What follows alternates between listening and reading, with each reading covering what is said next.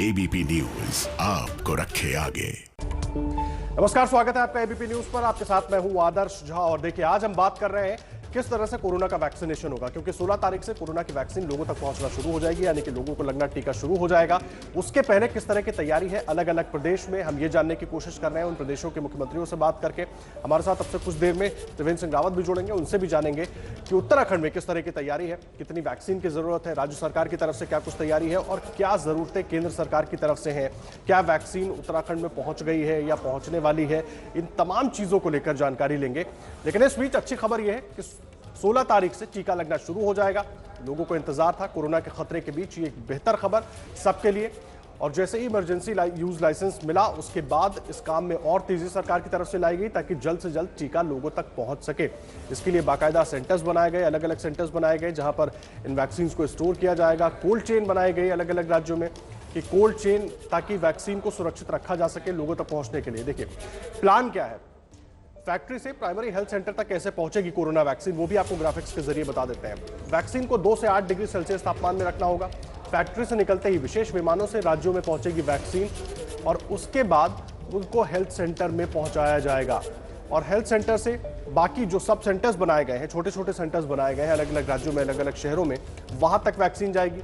Vaccine के लिए CoWIN app के जरिए रजिस्ट्रेशन करना होगा। रजिस्ट्रेशन कब होगा ये वैक्सीन के कोविन ऐप पर आपको जाके पता चलेगा। उसमें क्या कुछ आपको डॉक्यूमेंट्स देने होंगे, पूरी जानकारी उसमें है, उसमें आपको रजिस्ट्रेशन कराना होगा। और वैक्सीन लगाने के बाद सॉफ्टवेयर में एंट्री होगी, एक आपका डेटा उसमें सुरक्षित रखा जाएगा ताकि आप पर नजर रखी जा सके अगर आपको किसी तरह की कोई दिक्कत हो रही है। पहले चरण में वैक्सीन हेल्थ वर्कर्स को लगाई जाएगी, जो तमाम हेल्थ केयर वर्कर्स हैं जो लोगों की सेवा में लगे रहे। उसके बाद फ्रंटलाइन वर्कर्स, जो लोग सैनिटाइजेशन में लगे रहे, कोरोना काल में जो लोग बाहर रहे, आम लोगों को सुरक्षित रखने की कोशिश में लगे रहे, उनकी मदद करने में लगे रहे, उन तमाम लोगों को लगेगी। और उसके बाद तीसरे 50 साल से ऊपर के जो बीमार लोग हैं, गंभीर बीमार लोग हैं, उनको लगाई जाएगी वैक्सीन।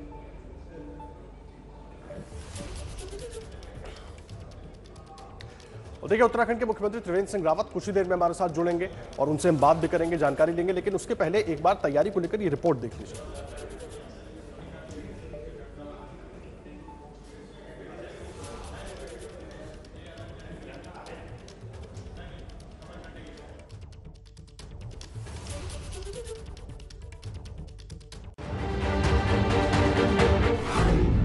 छह दिन बाद देश को मिलेगी पहली कोरोना वैक्सीन।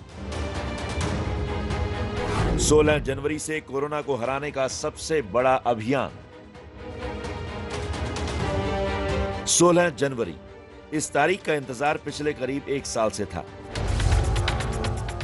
कोविड-19 नाम के इस वायरस ने साल 2020 को भयानक बना दिया। लेकिन अब वैक्सीन से हराने से कोरोना को हराने का पूरा खाका तैयार है। वैक्सीन आप तक कैसे पहुंचेगी, इसको समझ लेते हैं। इस वैक्सीनेशन अभियान को 3 फेज में बांटा गया है। पहला फेज फैक्ट्री से प्राइमरी हेल्थ सेंटर तक का होगा। इसमें वैक्सीन को 2 से 8 डिग्री सेल्सियस तापमान में रखना होगा। फैक्ट्री से निकलते ही विशेष विमानों से राज्यों में वैक्सीन पहुंचेगी। स्टोर से प्राइमरी हेल्थ सेंटर तक पहुंचाने में रेफ्रिजरेटेड वैन इस्तेमाल होगी। दूसरा फेज रजिस्ट्रेशन से वैक्सीनेशन तक का होगा। इसमें वैक्सीन प्राइमरी हेल्थ सेंटर से सब सेंटर साइट तक जाएगी। वैक्सीन के लिए रजिस्ट्रेशन होगा, कब लगेगी ये तय होगा। इसके बाद संबंधित व्यक्ति को वैक्सीन लगा दी जाएगी। तीसरे फेज में वैक्सीन लगाने के लिए सॉफ्टवेयर में उसकी एंट्री होगी। Unique health ID QR code वाला सर्टिफिकेट देंगे। कोई गंभीर साइड इफेक्ट होने पर उसकी रिपोर्टिंग होगी। उसी टाइप की वैक्सीन है जिसके लिए 2 से 8 डिग्री तक का टेम्परेचर लगता है। तो इसके लिए कोई खास एहतियात हमको तो नहीं करनी है। जो हमारे पास में ऑलरेडी अरेंजमेंट्स है, हमारी कोल्ड वैन्स है, उसमें से वैक्सीन जाएगी डिपो तक, या जहाँ भी हमको गवर्नमेंट बताएंगी कहाँ पे ये पहुँचाना है वहाँ पे हम पहुँचाने का काम करेंगे। 8 डिग्री का जो स्टोरेज है वो हर जगह मौजूद है, मतलब हर स्टेट में, हर डिस्ट्रिक्ट में, हर तालुका प्लेस में इनकी वैक्सीन रखने की ऑलरेडी अरेंजमेंट की हुई है। इससे ज़्यादा गवर्नमेंट ने भी थोड़ी सी कैपेसिटी उनकी बढ़ाई हुई है जिसमें ये वैक्सीन आराम से स्टोर हो सकती है, जिसके लिए पूरा एक्सपीरियंस और अनुभव जो लोग वहाँ पे काम करते हैं उनको है। आपको बता दें कि पहले चरण में 3 करोड़ लोगों को वैक्सीन लगाई जाएगी। सबसे पहले स्वास्थ्य कर्मियों को वैक्सीन मिलेगी, इसके बाद फ्रंटलाइन वर्कर्स और फिर 50 साल से ज्यादा उम्र के बीमार व्यक्तियों को टीका लगेगा। सीरम इंस्टीट्यूट के मुताबिक उसके पास 5 करोड़ वैक्सीन तैयार है। वैक्सीनेशन अभियान को सफलतापूर्वक अंजाम देने के लिए 61,000 से ज्यादा प्रोग्राम मैनेजर, 2 लाख टीका लगाने वाले कर्मी और 3.7 लाख अन्य कर्मियों को ट्रेनिंग दी गई है। भारत में इसके सफर के बारे में जानना भी जरूरी है। सबसे पहले वैक्सीन के मैन्युफैक्चरर इसका उत्पादन करते हैं। इसके बाद मैन्युफैक्चरर प्राइमरी वैक्सीन स्टोर यानी जीएमएसडी डिपो पहुंचती है। भारत में करनाल, मुंबई, चेन्नई और कोलकाता में 4 बड़े जीएमएसडी डिपो हैं। इन जगहों पर वैक्सीन मैन्युफैक्चरर एयर ट्रांसपोर्ट के जरिए वैक्सीन की सप्लाई करते हैं। जीएमएसडी डिपो से राज्य वैक्सीन स्टोर तक पहुंचती है। देश में 41 स्टोरेज पॉइंट हैं। यहां से आगे पहुंचाने की जिम्मेदारी राज्य सरकारों और केंद्र शासित प्रदेशों की होती है। वैक्सीन से पहले कई तरह के सवाल उठ रहे हैं कि क्या ये वैक्सीन कारगर साबित होगी? क्या इस वैक्सीन से कोई साइड इफेक्ट तो नहीं होगा? 28 दिन बाद आखिर वैक्सीन के दूसरे डोज की जरूरत क्यों है? ये सवाल हमने देश में वैक्सीन का निर्माण कर रही सीरम इंस्टीट्यूट के कार्यकारी निदेशक डॉक्टर सुरेश यादव से पूछा। उन्होंने जो कहा वो वैक्सीन को लेकर सब कुछ साफ कर देता है। ये वैक्सीन देने के बाद में आपके शरीर में कोविड-19 के जो जीवाणु है उसके अगेंस्ट एंटीबॉडीज़ तैयार होती है और वो एंटीबॉडीज़ रहेगी और ये एंटीबॉडीज़ यदि आपको इन्फेक्शन हो गया तो उसके ऊपर इमीडिएटली एक्ट करके वो डिसीज़ होने से आपको बचाएगी। ऐसा कई बार हो सकता है कि आपके शरीर में जो एंटीबॉडीज़ हुई है उसका परसेंटेज आपके इंडिविजुअल बॉडी जो रिएक्ट करती है ये एंटीजेंस को वो कम ज़्यादा हो सकता है, मगर आपको खूब ज़्यादा इन्फेक्शन हो गया तो आपको इन्फेक्शन शायद 1-2% लोगों को हो सकता है और उसकी जो सीवियरिटी है वो बहुत कम रहेगी। उससे आपको मतलब जो नॉर्मल कोरोना होने के बाद में जो तकलीफ होती है उससे आप बच पाओगे। यदि आप क्लिनिकल ट्रायल करते हो उसमें से आपको पता चलता है कि 1 डोज देने के बाद में क्या रिस्पांस आया, 2 डोज देने के बाद में क्या आया, कितने दिन उसकी परिणामकारकता आपको दिखी है। ये सब सोच के फिर वो डिसाइड करते हैं कि कितने दिन 2 डोज देना चाहिए, 3 डोज देना चाहिए और उसका प्रतिकार क्षमता कितने दिन तक रहेगी। इस बड़ी कामयाबी पर पीएम नरेंद्र मोदी ने भी ट्वीट करके देशवासियों से जानकारी साझा की। 16 जनवरी को भारत कोविड-19 से लड़ने में एक महत्वपूर्ण कदम आगे बढ़ा रहा है। उस दिन से भारत का राष्ट्रव्यापी टीकाकरण अभियान शुरू होगा। हमारे बहादुर डॉक्टर, हेल्थ केयर वर्कर्स, सफाई कर्मचारियों समेत फ्रंटलाइन कर्मचारियों को प्राथमिकता दी जाएगी। देश ने इस सबसे बड़े अभियान के लिए खास तैयारी की है। इसको ध्यान रखते हुए सरकार ने 16 जनवरी शनिवार का दिन चुना। हिंदुस्तान को पल्स पोलियो अभियान को कामयाब बनाने का अनुभव है, लेकिन यहाँ ध्यान देना जरूरी है कि पोलियो की दवा पिलाई जाती थी जबकि कोरोना वैक्सीन का टीका लगना है, इसलिए हालात और परिस्थिति अलग होगी। लेकिन तैयारी देखकर भरोसा है कि हम इस बार भी कामयाब होंगे। देखिए 16 तारीख से कोरोना का टीका लगना शुरू होगा। उसके पहले उत्तर प्रदेश की क्या तैयारी है उस पर बात करने के लिए हमारे साथ उत्तर प्रदेश के उप मुख्यमंत्री केशव प्रसाद मौर्य साहब जुड़ गए हैं। बहुत स्वागत है आपका मौर्य जी। सबसे पहला और अहम सवाल यही है कि प्रदेश की तैयारी कैसी है वैक्सीनेशन को लेकर, क्योंकि ड्राई रन भी आप लोग कर चुके हैं। देखिए सबसे पहले तो मैं एबीपी के माध्यम से अपने सभी वैज्ञानिकों को, सभी डॉक्टरों को, सभी पैरामेडिकल स्टाफ को और जो भी कोरोना वॉरियर्स हैं सबको बहुत शुभकामना और बधाई देता हूं कि उन्होंने अपने जीवन को संकट में डाल करके देशवासियों की, प्रदेशवासियों की चिकित्सा की और कुछ दुखद घटनाओं को छोड़ दिया जाए तो अधिकतम लोगों को उन्होंने बचाया है। जहां तक तैयारी की बात है तो इसमें अगर मुझे एक बात कहना हो तो ये मैं कह सकता हूं कि पूरे देश के अंदर अगर देखा जाए प्रदेशों की दृष्टि से तो उत्तर प्रदेश ने कोरोना काल में सर्वश्रेष्ठ करने का प्रयास किया है और सर्वश्रेष्ठ करके दिया है। दुनिया के अंदर हमारे माननीय प्रधानमंत्री श्री नरेंद्र मोदी जी के नेतृत्व में और उत्तर प्रदेश में आदरणीय योगी आदित्यनाथ जी के नेतृत्व में कोरोना के खिलाफ पहले लड़ाई लड़ी गई है। अब कोरोना की वैक्सीन की पूरा प्रदेश और देश और दुनिया प्रतीक्षा कर रही है, तो ऐसे समय में यूपी गवर्नमेंट ने सभी तैयारियां लगभग पूरी की हुई है और एक अभ्यास के तौर पर हम लोगों ने इसके लिए कदम भी उठाए थे और मैं ये कह सकता हूं कि यूपी की तैयारी कोरोना वैक्सीन लोगों तक पहुंचाने की दिशा में पूरी है। 2.5 करोड़ से अधिक लोगों की इसके पहले अभी जांच की प्रक्रिया पूरी हो चुकी है जी।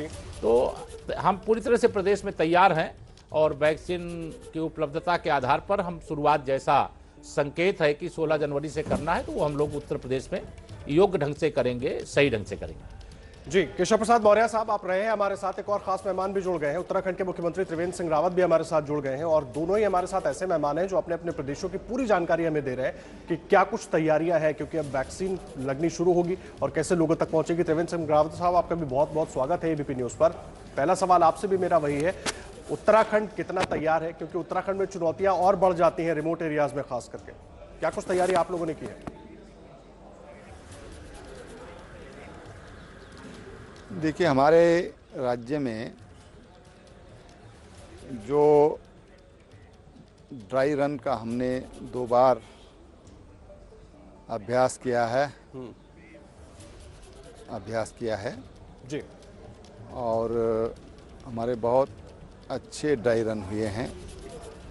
हमारी जो टीम है वो पूरी तरह तैयार है, प्रशिक्षित है और वैक्सीनेशन का जो सबसे बड़ी बात हमारे लिए है वो ये है कि इसके लिए हमारे लोग एक्सपर्ट हैं, लोग हमारे पास, उनको हमारा उसका पूर्वाभ्यास भी है और इस वजह से हम पूरी तरह आश्वस्त हैं कि उत्तराखंड में जो हमारा वैक्सीनेशन शुरू होगा, जो अभी 16 जनवरी से, वो पूरी तरह सफल होगा। किसी तरह की भी जो आवश्यकता अगर कोई ऐसी पड़ती है तो उसके लिए भी सबको तत्पर रहने के लिए कहा गया है। जी, रावत साहब आप रहे हैं हमारे साथ। केशव प्रसाद मौर्य साहब भी लगातार जुड़े हुए हैं। मौर्य जी, मैं आपका रुख कर रहा हूं, मुझे एक बात बताइए, उत्तर प्रदेश के लिए आप लोगों ने केंद्र के सामने कुछ डिमांड रखी है? कितनी वैक्सीन की रिक्वायरमेंट है, कितनी वैक्सीन चाहिए और क्या वैक्सीन पहुंचना शुरू भी हो गई है प्रदेश में? चलिए, एबीपी के माध्यम से आदरणीय त्रिवेंद्र जी हैं, मैं प्रणाम करता हूं, नमस्कार करता हूं और यह बताना चाह रहा हूं कि उत्तर प्रदेश चूंकि देश का सबसे बड़ा प्रदेश है, 24 करोड़ से अधिक आबादी है और उत्तर नमस्कार करता और उत्तर प्रदेश की दृष्टि से जो रिक्वायरमेंट है वो पहले ही बताई जा चुकी है और उपलब्धता के आधार पर फर्स्ट, सेकेंड, थर्ड ऐसा करके लोगों को वैक्सीन उपलब्ध कराने की बात यह प्रदेश के अंदर भी जो भारत सरकार की गाइडलाइन है उसी के क्रम में सोचा गया है और हमें पूरा विश्वास है कि हम जिस प्रकार से कोरोना काल में उत्तर प्रदेश के अंदर लड़ाई लड़े हैं और सफलतापूर्वक लड़ाई लड़े हैं और लोगों की सेवा की है जी, उसी प्रकार से और उससे भी अच्छा प्रयास है कि हम वैक्सीन उपलब्धता के मामले में भी यह व्यवस्था करने का काम करें।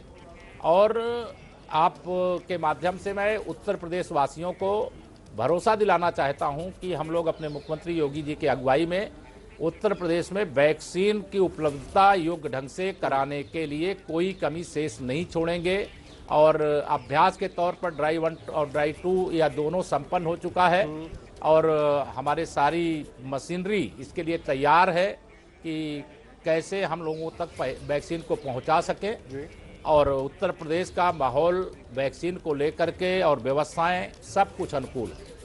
जी, अहम जानकारी आप दे रहे हैं। त्रिवेंद्र सिंह रावत जी, मैं आपका रुख कर रहा हूं, मुझे एक बात बताइए, अरविंद केजरीवाल जी की तरफ से ये कहा गया कि कोरोना वैक्सीन मुफ्त लगनी चाहिए, तमाम लोग कह रहे हैं कोरोना वैक्सीन मुफ्त लगनी चाहिए। आप लोग कल जब प्रधानमंत्री जी के साथ बैठेंगे, उनके साथ अहम बैठक कल आप लोगों की होनी है, तो मुफ्त वैक्सीन को लेकर कुछ बातचीत होगी इसमें?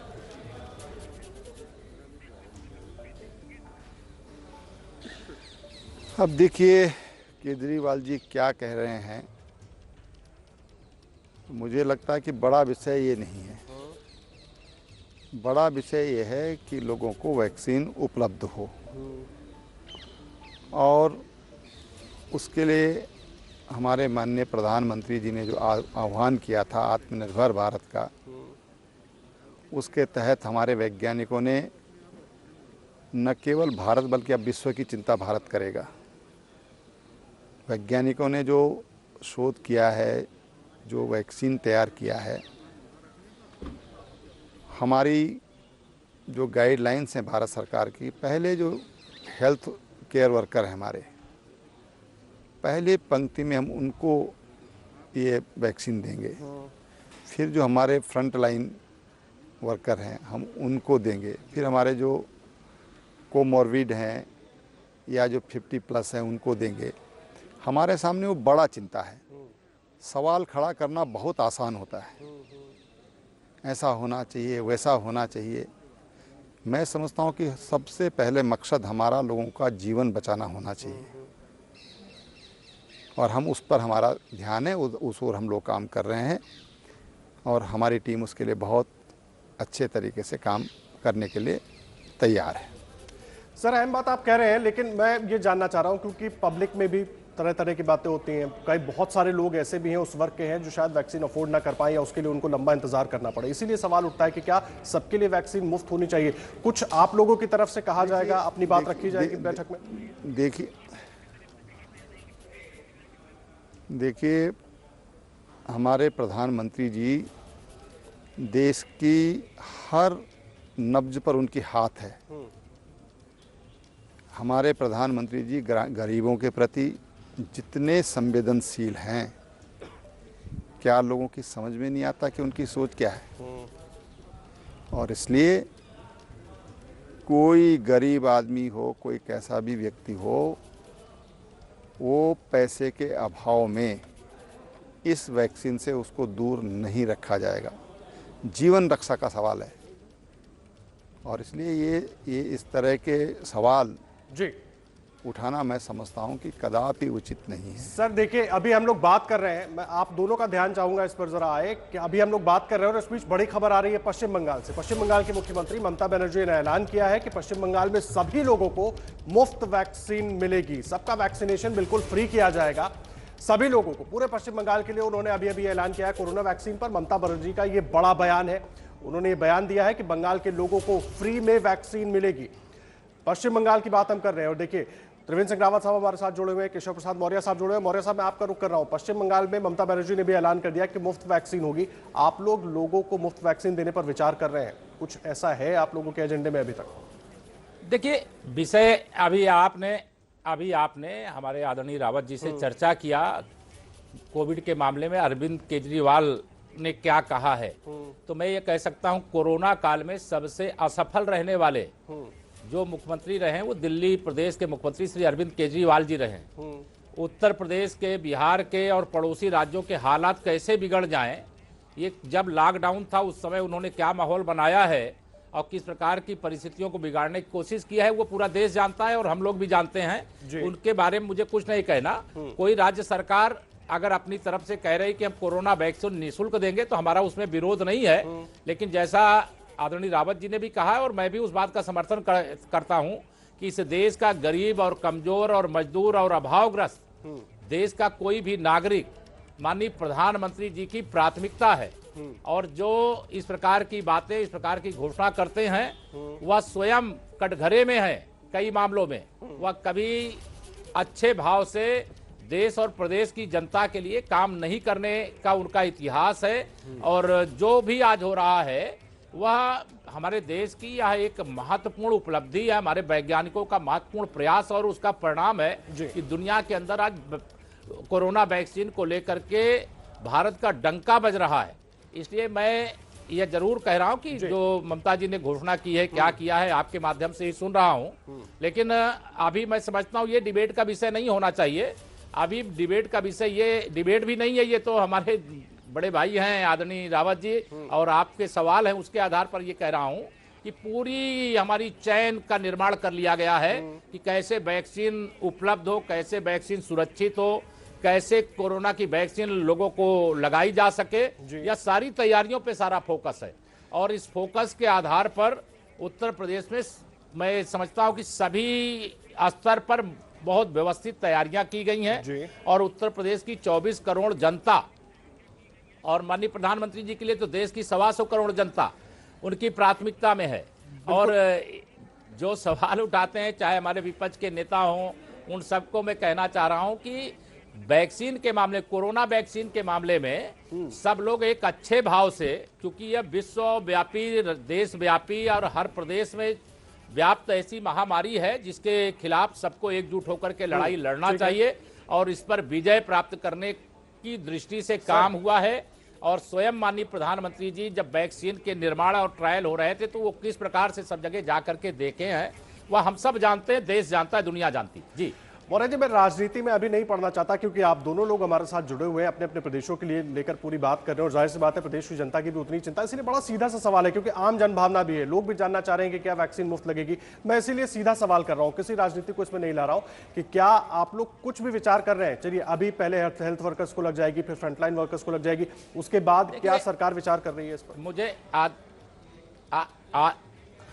आदर्श जी, कल माननीय प्रधानमंत्री जी देश के सभी माननीय मुख्यमंत्रियों के साथ संवाद करने वाले हैं। मुझे लगता है कल की प्रतीक्षा करिए, कल क्या निर्णय होता है, क्या बातचीत होती है, उसके आधार पर कोरोना जैसा, ये तो आप मान लीजिए ऐसी महामारी के विरुद्ध लड़ाई है और इस लड़ाई के खिलाफ विजय प्राप्त करनी है और इस विजय को प्राप्त करने के लिए जो भी आवश्यक कदम है, चाहे केंद्र सरकार के द्वारा चाहे प्रदेशों की सरकार के द्वारा, वह जरूर उठाया जाएगा। लेकिन अभी इस सवाल का जवाब मैं समझता हूं कि मांगना, जब तक माननीय प्रधानमंत्री जी के साथ वैक्सीन को लेकर के बैठक नहीं हो जाती है तब तक मुझे लगता है यह सवाल उचित नहीं रहेगा, ऐसा मेरा मानना है। मौर्य साहब, तमाम बातें हम कर रहे हैं, मुझे एक बात बताइए, क्वांटिटी जो वैक्सीन की है वो जो राज्य को मिलेगी उसको लेकर कुछ चर्चा हुई आपकी? कैसे आप लोगों की तरफ से डिमांड गई है या केंद्र ने फैसला किया कितनी क्वांटिटी उत्तर प्रदेश में पहुंचेगी? अगर आप लोगों की कुछ डिमांड है तो क्या है वो? देखिए, जो डिमांड है, जो तैयारी है, जब कल माननीय प्रधानमंत्री जी के साथ बैठक होगी उसमें सब कुछ खुलासा किया जाएगा। जो इंटरनल तैयारी एक ही है कि हमारे पास जो वैक्सीन आ रही है उसके लिए कोल्ड चेन की व्यवस्था की गई है, वैक्सीन को सुरक्षित रखने की व्यवस्था की गई है, वैक्सीन लोगों को उपलब्ध हो जाए और वह भी व्यवस्थित ढंग से रजिस्ट्रेशन की प्रक्रिया करके उपलब्ध कराने की व्यवस्था की गई है। वैक्सीन की जरूरत लोगों की है और सरकार ने उसके लिए पूरी मशीनरी को लगाने का काम किया है। जिस प्रकार से पोलियो के खिलाफ जंग लड़ी गई थी और देश ने और प्रदेश ने उस जंग में विजय प्राप्त की है, उसी प्रकार से हम लोग कोरोना के खिलाफ इस जंग में विजय प्राप्त करने की दिशा में सारी तैयारी कर चुके हैं। और आपने ड्राइव 1 और ड्राइव 2 यह देख भी लिया है और आप लोगों ने लोगों को दिखाया भी है, तो हमारी तैयारी पूरी है। कुछ सवाल आप ऐसे जरूर कर रहे हैं जो मेरे पास जानकारी भी है, उसको इस समय शेयर करना मेरे हिसाब से उचित नहीं है, क्योंकि कल माननीय प्रधानमंत्री जी की, माननीय मुख्यमंत्री जी की बैठक होने वाली है। उस बात को अभी चर्चा करना मेरे हिसाब से सही नहीं रहेगा। लेकिन हमारी कोशिश है कि उत्तर प्रदेश की 24 करोड़ जनता को हर प्रकार से इस महामारी के खिलाफ सुरक्षित रखना और वैक्सीन उपलब्ध कराने की जो एक व्यवस्था है उस व्यवस्था का उनको लाभ पहुंचाना और उस व्यवस्था में कहीं कोई खामी न रह जाए, इसकी पूर्ववत तैयारी जो हम लोगों ने की है उसका परिणाम है कि हम इसको अच्छा कर पाएंगे।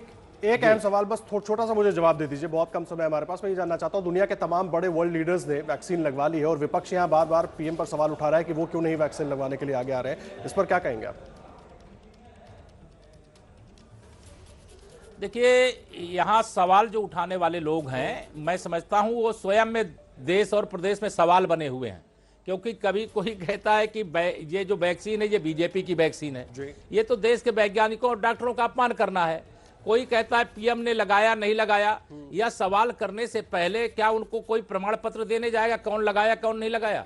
जिनको लगाना है वो लगा रहे हैं, जिनको लगाना होगा वो लगवाएंगे, जिनको नहीं लगवाना होगा वो नहीं लगवाएंगे। लेकिन जिनकी प्राथमिकता ये तय कर दी गई है कि सबसे पहले हम किनको करेंगे, तो सबसे पहले हम वैक्सीन उपलब्ध कराएंगे उन कोरोना योद्धाओं को, उन डॉक्टरों को, उन पैरामेडिकल स्टाफ को, उन नर्सिंग स्टाफ को, उन एम्बुलेंस चालकों को जो इस कोरोना काल में अपनी जान को दांव पर लगा। पहले फ्रंटलाइन वर्कर्स तक पहुंचनी चाहिए, पहले हेल्थ वर्कर्स तक पहुंचनी चाहिए वैक्सीन। अहम बात आप कह रहे हैं। बहुत धन्यवाद आपका किशोर प्रसाद मौर्य जी हमारे साथ जुड़ने के लिए और पूरी जानकारी दर्शकों के साथ साझा करने के लिए। बहुत धन्यवाद।